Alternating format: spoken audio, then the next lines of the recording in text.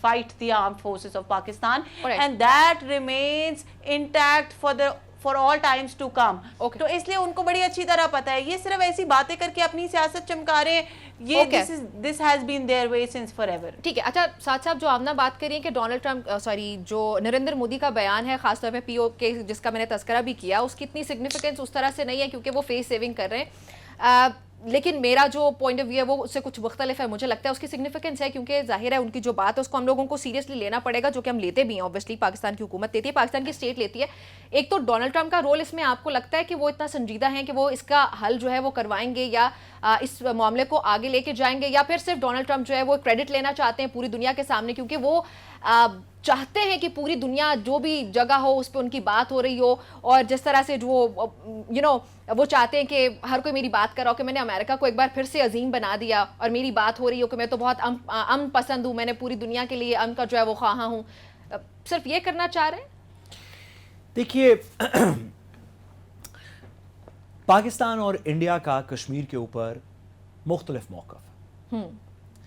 ہمارا موقف یہ ہے کہ کشمیر ایک انٹرنیشنلی ڈسپیوٹڈ ٹیریٹری ہے جس کو یو این کی ریزولوشنز کے مطابق سالو ہونا چاہیے, اور اگر بھارت اس کو ایبروگیٹ کرتا ہے تو انٹرنیشنل کمیونٹی کو کشمیریوں کی ہیلپ کرنی چاہیے بھارت کو انفورس کرنے کے لیے کہ وہ یو این ریزولوشنز کو فالو کریں. بھارت کا پوائنٹ آف ویو یہ ہے کہ جو انڈین آکوپائڈ کشمیر ہے وہ تو اب بھارت کا حصہ بن گیا, اور جو پاکستانی کشمیر ہے اس کے اوپر بات کر لیتے ہیں اور اس سے آگے کی بات نہیں ہوگی. اور یہ اور پاکستانی کشمیر کے اوپر بھی وہ بائی لیٹرل بات کرنا چاہتا ہے, یعنی کہ صرف بھارت اور پاکستان کے درمیان بات کرنا چاہتا ہے, اس میں کسی انٹرنیشنل انوالومنٹ کو وہ ایکسیپٹ نہیں کرتا. ہمارا پوائنٹ آف ویو پچھلے بہت دہائیوں سے آہستہ آہستہ کمزور ہوتا گیا جیسے جیسے بھارت کی اکنامک پاور یا ڈپلومیٹک پاور فلرش کی. اب اس پرٹیکولر پیریڈ کے اندر جو پچھلے 2 ہفتے کا پیریڈ تھا, اس میں ہم نے دیکھا کہ بھارت کی جس پاور پہ اس کو انحصار تھا, ڈپلومیٹک پاور پہ, ملٹری پاور پہ, اکنامک پاور پہ, اس سے تو وہ پاکستان پہ چڑھ دوڑ نہیں سکتا. یہ ہم نے دیکھ لیا. انٹرنیشنل کمیونٹی نے بھی اس کا اس طرح ساتھ نہیں دیا جیسے کہ وہ ایکسپیکٹ کر رہا تھا, بلکہ پاکستان کی ڈیمانڈ کے انٹرنیشنل انڈیپینڈنٹ انویسٹیگیشن کروا لینی چاہیے پہلگام کی, اس کے ساتھ رہا انٹرنیشنل کمیونٹی کا نیریٹو. اب اس کے بعد پاکستان کا ایک نیریٹو ہو گیا جس کا لیٹس سے اپنا وزن ہے, لیٹس سے ہم اس وزن کو کہتے ہیں 5 out of 10, اور بھارت کا اپنا پرسپیکٹو ہے جو کہ پاکستان سے مختلف ہے جس کا اپنا وزن ہے لیٹس سے 5 out of 10. یہ دو تو 5 out of 10 اپنے اپنا وزن بیان کرتے رہیں گے. اس پہ ڈیسائیڈنگ فیکٹر یہ ہوگا کہ امریکن صدر جس نے کم از کم پچھلے 30-40 سال کے اندر, میرا خیال ہے کبھی بھی, لیکن کم از کم پچھلے 30-40 سال کی گورننس کے اندر ریگن کے بعد سے اب تک کبھی بھی یہ گارنٹی نہیں لی یا کبھی بھی یہ بات نہیں کی کہ میں کشمیر کا مسئلہ درمیان میں سالسی کر کے سالو کروں گا. جبکہ امریکن پریزیڈنٹ نے بات کر دی ہے تو جو پاکستان کا 5 out of 10 تھا, یہ بیان امریکن پریزیڈنٹ کا اس 5 out of 10 کے اندر 3 ایڈ کر دیتا ہے. سو 8 out of 10 ہو گیا ہمارا بیان. اور کیونکہ امریکن پریزیڈنٹ کا بیان یہ نہیں کہتا کہ کشمیر ایک بائی لیٹرل ایشو ہے, یہ نہیں کہتا کہ کشمیر ایک انڈیا کا انٹرنل ایشو ہے, یہ نہیں کہتا کہ اس پہ صرف بائی لیٹرل نیگوسیشن ہونی چاہیے, تو بھارت کی طرف بھارت کے نیریٹو میں ٹرمپ کا نیریٹو ایڈ نہیں ہوا. پاکستان کا نیریٹو 5 out of 10, بھارت کا نیریٹو 5 out of 10, لیکن امریکن پریزیڈنٹ کا کیونکہ پاکستان کے نیریٹو کے کلوزر پوائنٹ آف ویو ہے, اس وجہ سے میرے خیال میں اس میں زیادہ شدت ہے, اس میں زیادہ جدت ہے. پاکستان کو ڈپلومیٹکلی اس مومنٹ کو ریکگنائز کرتے ہوئے اس پہ کچھ کام کرنا چاہیے. اگر اسی بات کے اندر صاحب I really appreciate, میڈم اگر میں پوری کر سکوں تو آپ پھر موقع ہوگا پوری طرح اپریشیٹ کرنے کا. جی, پاکستان کو اس مومنٹ کو ڈپلومیٹکلی ریکگنائز کرنا چاہیے اور یوٹیلائز کرنا چاہیے کہ اگر امریکن پریزیڈنٹ اس پوائنٹ آف ویو کے افیکٹولی ساتھ ہے جو پاکستان کا ہے کہ انٹرنیشنل کمیونٹی کشمیر کا کوئی ملٹی لیٹرل میجرز کے ساتھ مسئلہ ریزالو کرے, اور وہ ریزالو کرنے کا ایک ہی طریقہ ہے کہ یو این کے ریزولوشنز کے مطابق اس کو ڈسپوز آف کیا جائے, تو میرے خیال میں اس مومنٹ کو یوز کرنا چاہیے پاکستان کی ڈپلومیسی کو. اب وہ کیسے کریں گے, یہ حکومت ڈپلومیٹکلی, اسحاق ڈار صاحب جو کہ ہر چیز میں آپ جانتی ہیں کہ ہمیشہ زبردست کام کرتے آئے ہیں, وہ اس کو کیسے کریں گے وہ ہمارے فارن منسٹر ہیں, یہ تو گورنمنٹ ہی بتا سکتی ہے. آمنہ جلدی سے آپ کامنٹ کرنا چاہ رہی تھی, مجھے بریک کی طرف جانا ہے. نمرا میں تو صرف یہ کہہ رہی تھی کہ آن اے لائٹر نوٹ ماشاءاللہ ایک تو I genuinely appreciate not in a taunting way کہ سعد صاحب نے جو وہ کیا مجھے میں کہنا یہ چاہ رہی تھی کہ مجھے یہ تو پتا تھا کہ یہ اسلامیات ٹیچر ہیں, مجھے یہ تو پتا تھا یہ اسلامیات ٹیچر ہیں, آج پتا چلا کہ میتھس ٹیچر بھی ہیں. اچھا اسلامیات کے مجھے یہ بھی نہیں پتا تھا, مجھے ابھی پتا چلا. میڈم مجھے کبھی لاء کا ٹیچر بنا دیتی ہیں. دیکھیں میں نے آپ کو انفارمیشن دے دی, مزے کی بات ہے جب آج پتا چلا کہ میتھس ٹیچر بھی ہیں. جب کوئی اس طرح کی شخصیت ہوتی ہے نا تو وہ اسلامیات سے بہت آگے نکل کے مفادات کی ٹیچر زیادہ بن جاتے ہیں, مفادات کی بات ہو جاتی ہے. نہیں وہ بچپن میں ہم پرابلم میڈم ڈپلومسی پہ کیا آپ کا پوائنٹ آف ویو ہے؟ Alpha has 4 apples, beta has 6 apples. Namra took 3. How many are they left with? تو وہ بڑا مجھے انٹرسٹنگ لگا جو نائس. میڈم انٹرسٹنگ تو لگا, آپ کا پوائنٹ آف ویو کیا ہے ڈپلومسی کو؟ چلیں پوائنٹ آف ویو اگر آپ شیئر کرنا. آلریڈی اپنا پوائنٹ آف ویو دے چکی ہوں میں نے تو آف کورس میں تو اس سے پہلے اپنا پوائنٹ آف ویو دے چکی ہوں کہ پاکستان کے نیریٹو کو بہت زیادہ برتری ملی ہے, پہلے اپنے آپریشن بنیان و مرصوص کی وجہ سے, اور اس کے بعد جو کچھ every thing that followed was a result of that operation, اور ساری دنیا میں جب آپ نے اپنے آپ کو منوا لیا اس کے بعد president Trump going everywhere and talking about it is no joke. وہ اب سارا کچھ ہماری court, that the ball is in our court now, and inshallah I think we will be making the most out of this opportunity. اور آپ کو جو پچھلے کچھ عرصے میں نہیں ہو سکی چیزیں, کشمیر کا ایشو اس ٹرم میں انشاءاللہ تعالیٰ آپ کو سالو ہوتا ہوا نظر آئے گا. چلیں ٹھیک ہے. اچھا مجھے اس میں لگتا ہے کہ جو باقی مس کیلکولیشنز انڈیا کی طرف سے ہوئی اس میں ایک مس کیلکولیشن ان سے یہ بھی ہوگی, شاید وہ یہ ریئلائز نہیں کر پائے کہ چائنا کس طرح سے پاکستان کے ساتھ کھڑا ہو گیا, اور جب یہ واقعہ ہونے کے بعد جس طرح سے کھل کے چائنا سامنے آیا, چائنا نے کہا کہ پاکستان کی سیورنٹی پہ کوئی بھی کمپرومائز نہیں کیا جائے گا, چائنا بالکل پاکستان کے ساتھ رہے گا. مجھے لگتا ہے ایک سب سے بڑی مس کیلکولیشن انڈیا سے یہ بھی ہوگی. بہرحال ناظرین اس سیگمنٹ سے اتنا ہی, بالکل ایسی ہے ناظرین. ایک بریک کی طرف بڑھتے ہیں, ہمارے ساتھ ہی رہیے گا. Welcome back to Public Plus. ناظرین بریک سے پہلے ہم نے بات کی تھی پاکستان اور بھارت کے درمیان ہونے والے جو سیز فائر ہے اس پہ. ایک سیز فائر تو چلیں اس اینڈ پہ ہو گیا, لیکن جو دوسرا سیز فائر ہے وہ پاکستان کی اپنی پولیٹیکل پارٹیز کے درمیان ہے. کیا وہ سیز فائر ہو پائے گا یا نہیں ہو پائے گا, خاص طور پہ پاکستان تحریک انصاف اور حکومت کے درمیان کیا ہونے جا رہا ہے؟ آمنہ آپ کی طرف آؤں گی. وزیر اعظم نے فلور پہ اسپیچ کرتے ہوئے کہا کہ آئیں ہمارے ساتھ مل کے بیٹھے, ہم سے بات کریں. ویسے تو انہوں نے اس پاکستان انڈیا کشیدگی جو اس سے متعلق کہا تھا, کیا وہ سیز فائر کی آفر ابھی تک ویلڈ ہے پاکستان تحریک انصاف کے لیے؟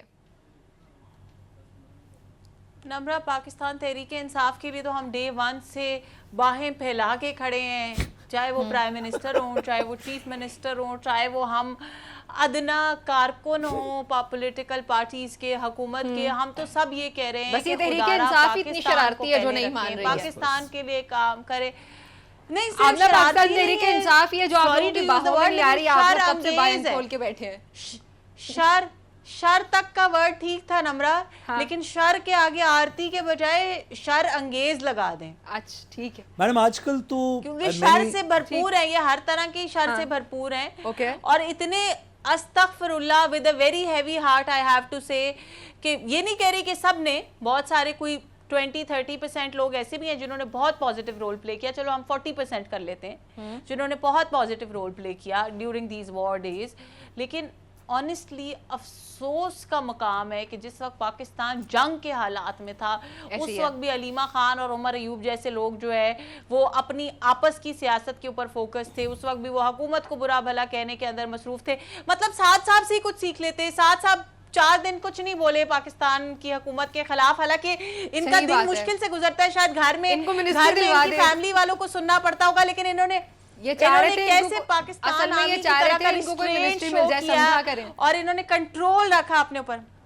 میں یہی تو کہہ رہی ہوں, انہوں نے ریسٹرینٹ شو کیا, انپریسیڈنٹڈ ریسٹرینٹ شو کیا انہوں نے, اور انہوں نے ایک لفظ نہیں بولا حکومت کے خلاف. تو یہ تھوڑا سا ایسی ٹپس جو ہیں سعد صاحب اپنی پارٹی والوں کو بھی دے دیا کریں. سعد صاحب کیا وجہ تھی آپ کی ریسٹرینٹ کی؟ چلے پاکستان کی ریسٹرینٹ کی جو وجہ ہے وہ سامنے نظر آ گئی کہ بھارت پہ اٹیک اس لیے نہیں کیا کہ ہم میسج دینا چاہتے تھے کہ ہم امن کے خواہاں ہیں. آپ بھی کیا یہی میسج دینا چاہ رہے تھے؟ دیکھیے, ہم تو پہلے دن سے ایک بات کر رہے ہیں کہ پاکستان کے دشمن پاکستان کے اندر نہیں ہیں, پاکستان کے باہر. ہمارا تو ہمیشہ سے یہی موقف ہے, بس یہی ہم بھی کہہ رہے ہیں. کہ آپ نے جب سے ہم بھی چاہتے ہیں پاکستان کہ آپ کے پاکستان اندر کے لوگوں اندر کو رہتے ہوئے دشمن بنا پاکستان دیا کے نا، دشمن نہ بنے. اگر آپ نے کہا کہ پاکستان کے اندر لوگ بیٹھے ہوئے جو آپ پہ تنقید کر رہے ہیں وہ دشمن ہیں، تو یہ بات سچ نہیں ہے. ہماری گورنمنٹ سے پالیسیز پہ کچھ ڈس ایگریمنٹ ہے، لیکن میرا نہیں خیال کہ میڈم کی گورنمنٹ پاکستان کی دشمن ہے. اسی طرح جب پاکستان پہ مشکل وقت آیا اور اصل دشمن نے حملہ کر دیا تو ہم ہمیشہ پاکستان کے ساتھ رہیں گے. لیکن ہم گزارش یہ کرنا چاہتے ہیں اس گورنمنٹ سے جو ہر لمحے کو پولیٹیکل مومنٹ کے لیے یوز کرتی ہے کہ آپ کو ان 5-6 دن کی جنگ سے یہ بات سیکھنی چاہیے کہ پاکستان کے دشمن پاکستان سے باہر ہیں. جو لوگ پاکستان کے اندر ہیں اگر وہ آپ کے سیاسی مخالف ہیں تو بھی وہ پاکستان کے ساتھ ہیں. آپ کوئی طریقہ ڈھونڈیں ان سے بات کرنے کا. اگر آپ دشمنی پاکستان کے اندر بھی پال لیں گے اور باہر بھی پال لیں گے تو یہ کسی کے لیے اچھا نہیں. اوکے چلیں، بہت شکریہ سعد صاحب آپ کا میں جوائن کرنے کے لیے. آمنہ آپ کا بہت شکریہ. ناظرین آج کے پروگرام سے اتنا ہی سنی، اجازت دیجیے، کل ملاقات ہوتی ہے. اللہ حافظ.